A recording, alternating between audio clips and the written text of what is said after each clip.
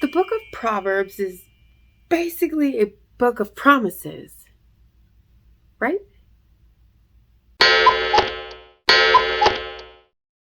I'll make my own decisions. What a stupid thing to say. Lord, I need you every day.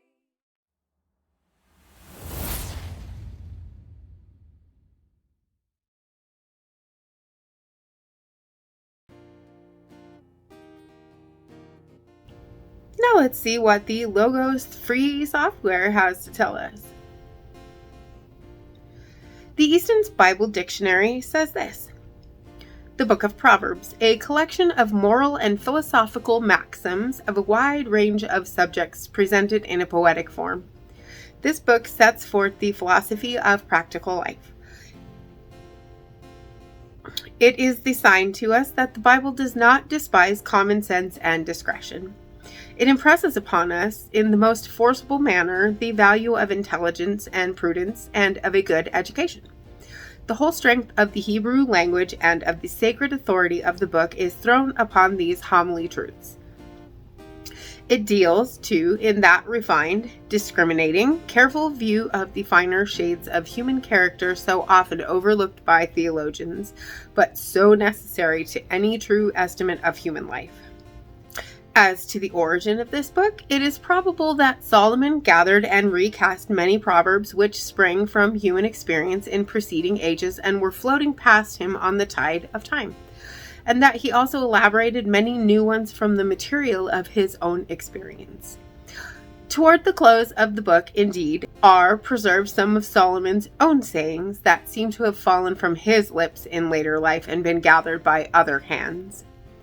This book is usually divided into 3 parts, consisting of chapters 1 through 9, which contain an exhibition of wisdom as the highest good, consisting of chapter 10 through 24, containing Proverbs of Solomon, which the men of Hezekiah, the king of Judah, collected, which are chapters 25 through 29.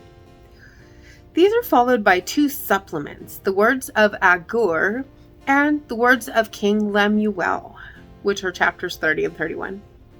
Solomon is said to have written 3,000 proverbs, and those contained in this book may be a selection from these, from 1 Kings 4:32. In the New Testament, there are 35 direct quotations from this book or allusions to it. Parsing Proverbs. Proverbs have characteristic formulations which, in the Old Testament, commonly employ motifs from Hebrew poetry such as parallelism, alliteration, chiasm, wordplay, linked in acrostic. These features assist in memorization and keep terseness limited by the poetic formula. Proverbs most commonly occur in couplets, A and B. They occur in recognizable literary forms and patterns, though these methods often contain overlap. The method of parallelism by which the point is achieved is one way to categorize Proverbs. Synonymous parallelism, antithetic parallelism, or synthetic parallelism. Synonymous proverbs make a simile between A and B or equate A with B. Bruce Waltke and Andrew Steinman argue that Solomon authored select sections of the book. Waltke cites 4 factors that support the authenticity of Solomon's authorship. The history in 1 Kings and 2 Chronicles matches Proverbs. The structure and content of Proverbs is similar to comparable wisdom literature from Egypt, Mesopotamia, and other cultures in the region dating from the time period of Solomon's reign. Linguistic evidence matches well with Solomon as the author. Wisdom literature is typically set in the context of a kingly court. Waltke argues, why would a faker of the received tradition combine attributions to others and inconsistently give as the book's heading the Proverbs of Solomon? Steinman bases his argument on similarity in vocabulary, thought, and modes of expression. Agur and Lemuel, the authors of the last 2 chapters of Proverbs, are unknown men. Waltke suggests that Agur was a court official and that Lemuel was a king during the Hellenistic period.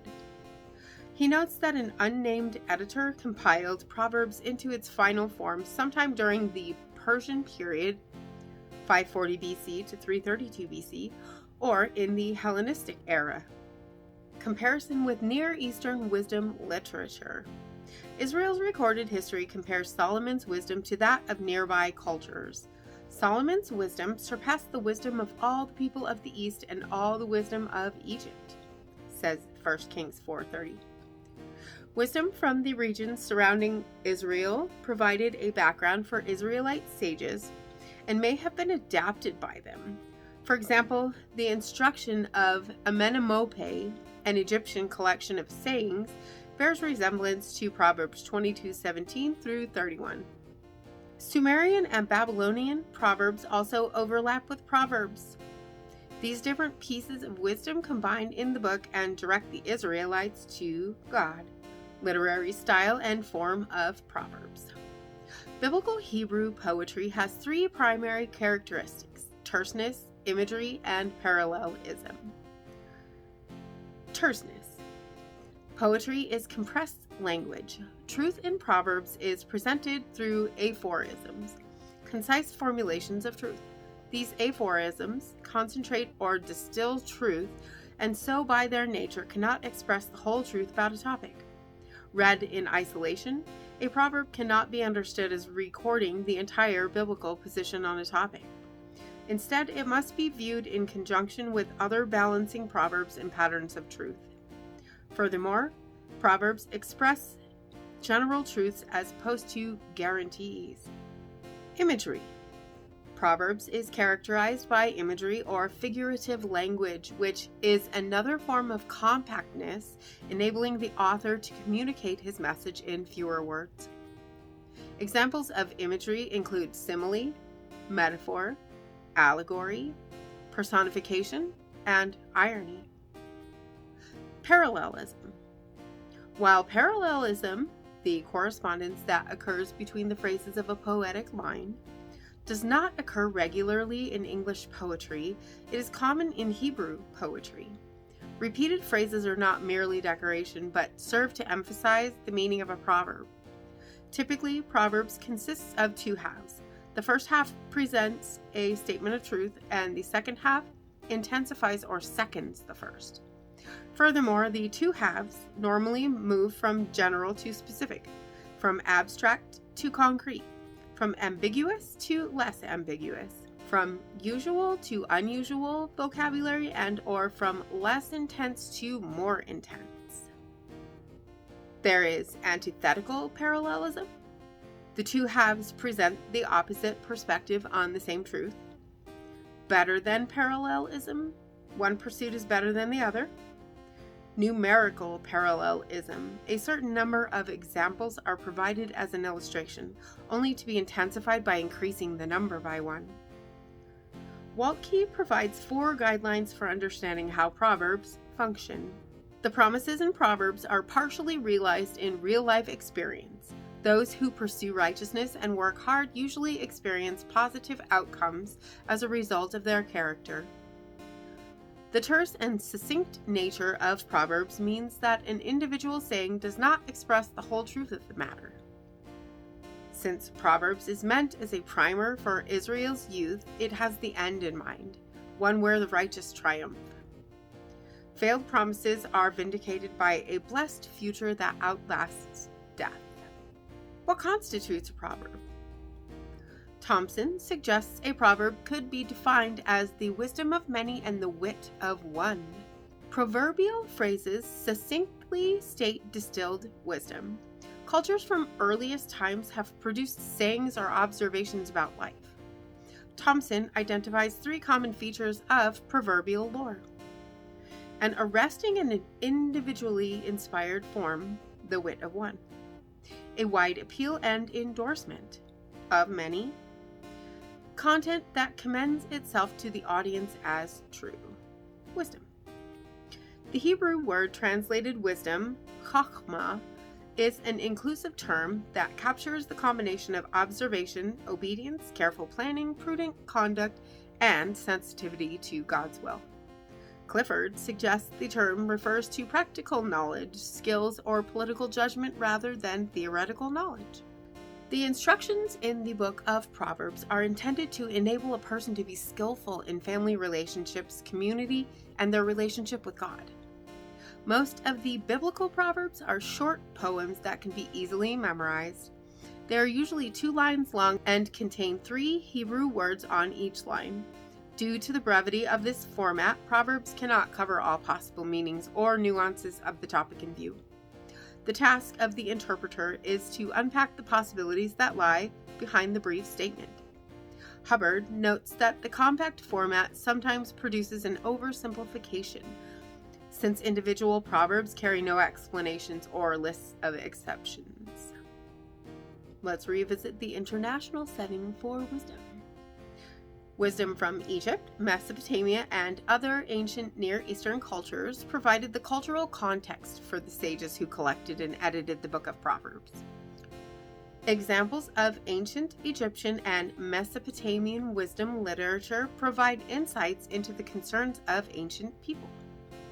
Egyptian wisdom. Egyptian wisdom or instruction offered advice on how to live a happy, prosperous life by avoiding difficulties and mistakes. To date, 17 examples of Egyptian wisdom texts have been recovered, reaching back as far as the Old Kingdom. The extant wisdom literature from Egypt finds several parallels with the biblical Proverbs. As with Proverbs, the wisdom literature from Egypt is presented as father's instruction to his son. Egyptian instructions begin with a preamble introducing both the teacher and student, similar to Proverbs 1:1-7. The instruction of Amenemope is often compared to Proverbs 22:17-24:22, in part due to a reference to 30 sayings in both collections.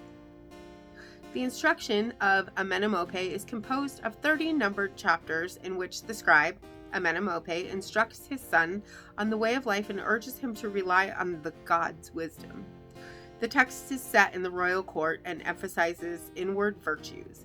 The father points to composure, reserve, honesty, and kindness as the keys to success, and warns his son against dishonesty, lack of self-control, and greed. Mesopotamian wisdom. Several collections of wisdom sayings from Mesopotamia show similarity to biblical proverbs, including collections of proverbs unearthed at Tel Marduk, which is Ebla, that date from 2400 to 2250 BC. Collections of Sumerian proverbs, some of which were later translated into Akkadian and discovered in Ashurbanipal's library. The instructions of Shurupak, which are similar to the Egyptian instruction of Amenemope. The sayings of Ahikar, which contain practical counsels and religious moralizings parallel to Proverbs. They address the discipline of children, care in speech, avoidance of the king's anger, and controlled behavior. Ahikar praises heavenly wisdom, reflecting the personification of wisdom in Proverbs 8. The Counsels of Wisdom, a Babylonian or Akkadian composition that warns against becoming embroiled in strife and concludes with advice on how to deal with the enemy. Proverbs in the Royal Court. Many proverbs offer advice to young people in training for service in the royal court. And Proverbs 28-29 is sometimes considered a manual for monarchs. The titles of the Solomonic collections give these a strong connection to the royal court. Proverbs 31:1 is also tied to a royal court, though Lemuel is unknown. The royalty-focused sayings in Proverbs may have originated in scribal schools. However, it is debated whether scribal schools existed in monarchical Israel. Weeks says there is no strong evidence for the existence of scribal schools in the monarchical period. The earliest mention of them appears in Sirach, which dates to the intertestamental period. On the other hand, Davies cites references to teachers throughout the Old Testament as evidence that scribal schools existed in monarchical Israel. Von Rad notes that since scribal schools existed in Egypt and Mesopotamia, they could have also existed in Israel. Proverbs and Israelite folk wisdom. Some sections of the book of Proverbs originated as native Israelite popular proverbs and aphorisms. Such sayings covered a wide range of topics and likely have multiple points of origin. Rural and urban settings. Some proverbs, classified as folk wisdom, likely originated in a rural agricultural setting. They address planting and harvesting, care for animals, and the value of hard work. Other proverbs likely have an urban origin, such as those that refer to goldsmiths and fine jewelry. Proverbs 11:26 seems to address wealthy landowners rather than poor farmers, and the instructions regarding servants in Proverbs 29:19 and 21 seem to be addressed to masters. And family wisdom sayings. Proverbs 1-9 is presented as a father's instruction to a son and is characterized by the phrase, "my son." It is unclear whether these sayings really reflect a parent's words to his child. It's possible that they metaphorically speak of the relationship between teacher and pupil in a school setting, as was the case in Egypt and other places in the ancient Near East. However, this conclusion assumes that scribal schools existed in monarchical Israel. If they did not, then these phrases would have a home and family setting. Family wisdom sayings were primarily aimed at reinforcing the roles in a clan or community. For example, many proverbs are directed toward children or teenagers and address topics such as robbery, sexual behavior, the first fruit offering, and relationships within the community.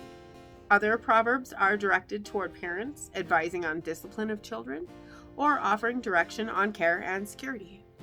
And religious sayings. Proverbs 3 and 10 include contrasts between the righteous and the wicked. These sayings likely came from religious leaders or pious elders who used them to teach young people. A similar situation may hold for the contrast between the wise and the foolish. Proverbs 1-9 is instruction based on the fear of Yahweh. Interpretation and use of proverbs. A particular proverb may find a wide range of uses and application, depending on how a reader interprets it. Most proverbs provide no specific setting, allowing readers to recontextualize them. Culture also impacts the interpretation of a proverb. There are many proverbs that address the royal court in Israel, and modern readers may apply these to someone in a position of leadership. When a saying is applicable in any given setting, it carries the authority of the wider community rather than being limited to an individual. Many modern sayings are prefaced by the formula, "as they say," showing that the saying carries the acknowledgement of the community as a whole. Hence, the authority of the saying does not rest solely in one person, but in the collective wisdom of everyone. So what do the Proverbs have to say about what they're for?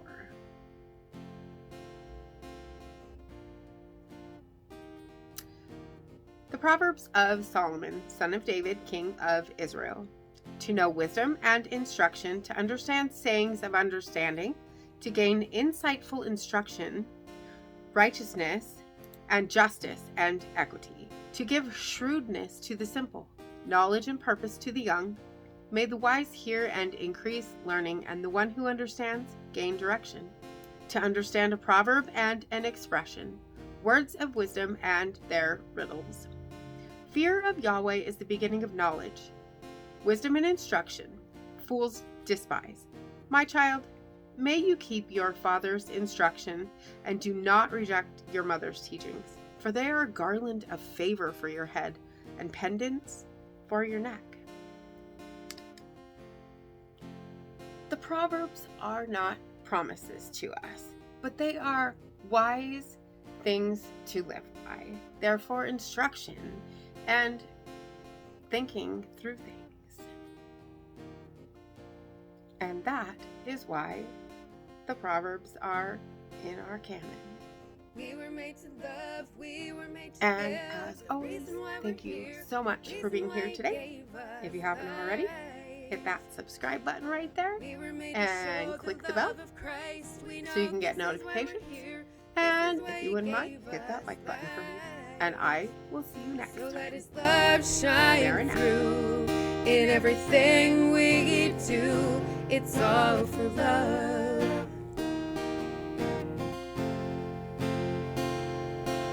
He commanded above all things to love the Lord with all our mind, heart, soul, and strength for all of time. Give your heart to the one who was there at the start. We were made to love, we were made to give. The reason why we're here, the reason why He gave us life. We were made to show the love of Christ. We know this is why we're here. This is why He gave us life. So let His love shine through in everything we do. It's all for love.